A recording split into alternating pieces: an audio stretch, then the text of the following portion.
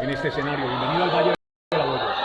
Muchas gracias por la invitación y por la hospitalidad que recibió aquí en Pitalito. Es muy importante para nosotros como gobierno acompañar este proceso que está en sintonía con el gobierno nacional, que tiene que ver con la formalización del trabajo, con la dignidad en el mundo del trabajo, sacar a los trabajadores y trabajadoras de los contratos de prestación de servicios para darle trabajo decente, estable. Eso sin duda alguna redundará en la productividad en la empresa, en el futuro, en el presente y el futuro de la empresa, pero también en la calidad de vida de los trabajadores y trabajadoras, porque al final también termina impactando en el mismo municipio, porque la forma de mejor redistribuir riquezas es a través de salarios y derechos laborales. El Viceministerio del Trabajo, ¿cuál es su función? ¿Qué viene a hacer a Pitalito hoy? ¿Qué piensa llevarse del Valle de la Bollos en este marco? Acompañar este proceso para decirles a los empleadores del sector privado, pero también a las distintas entidades de orden nacional y descentralizada, a que sí es posible formalizar el empleo, es decir, que sí es posible dignificar el empleo y que eso tiene unos impactos positivos tanto en las empresas, en las entidades, como en la misma economía. El tema de la privatización de los servicios públicos y todo lo que está pasando en el país en este marco desde la visión de gobierno, ¿cómo ustedes lo visualizan? Este es un gobierno que obviamente rechaza la privatización de los servicios públicos y que por el contrario trabaja en el fortalecimiento de los servicios públicos, tanto en las empresas donde tiene presencia, como pues obviamente como una política de Estado, sobre todo lo que tiene que ver con servicios públicos domiciliarios y particularmente, como le han escuchado a nuestro propio presidente, en lo que tiene que ver con el agua. La conexión con los sindicatos en materia laboral, ¿cómo ha venido funcionando desde el ministerio y actualmente cómo piensa aplicar el tema de la reforma laboral con los sindicatos? Muy bien la relación con los sindicatos, también con los empresarios. Ha habido un diálogo abierto, fraterno, sincero, honesto. Hemos dicho desde que nosotros no tenemos sino una obligación de cumplir lo que prometimos en campaña y que ganó en las elecciones, y es hacer un estatuto del trabajo para modernizar el mundo del trabajo, las normas del trabajo, para dar seguridad jurídica y también llevar al mundo del trabajo escenarios de paz social. ¿Qué conoce de Pitalito y de Empitalito como empresa en materia de este cambio que se viene dando? No conozco mucho, pero bueno, estoy empezando a conocer y me ha gustado mucho. Señor viceministro, el tema de la reorganización del personal, para algunos creen que es sindicalizarlo y que eso puede llevar a quebrar a las empresas públicas. No, ha habido una cultura antisindical histórica de decir que los sindicatos acaban empresas, y la mejor demostración empírica de que eso no es así fue la pandemia. Los sindicatos ayudaron a pasar las empresas al otro lado de la crisis, a fortalecerlas. Los sindicatos hacen parte de cualquier democracia y obviamente deben fortalecerse, como nosotros lo hemos dicho. Obviamente los sindicatos también tienen que saber administrar ese poder al interior de las entidades, de la empresa y de la misma democracia, entendiendo, como lo dije en mi intervención, de que también debemos trabajar por una ciudadanía mayoritaria que hoy no tiene derechos, que están excluidas de todos los derechos. ¿Se puede decir que el gobierno nacional hoy destaca lo que ha hecho en Pitalito concretamente con este proceso de reorganización?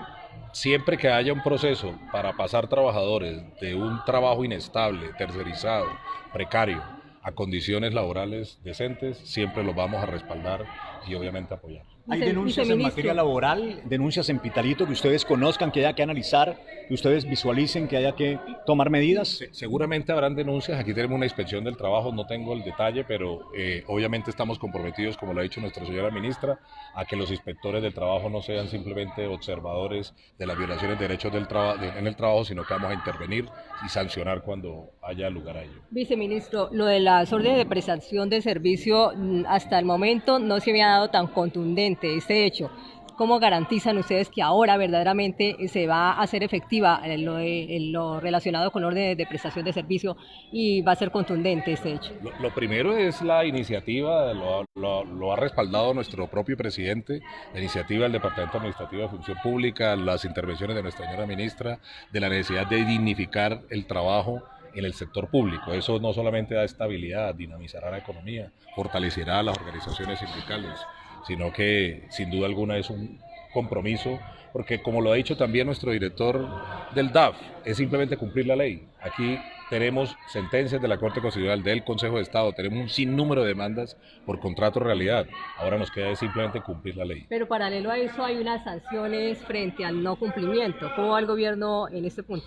En el sector público no estamos, es decir, no hay un proceso administrativo o sancionatorio en ese sentido.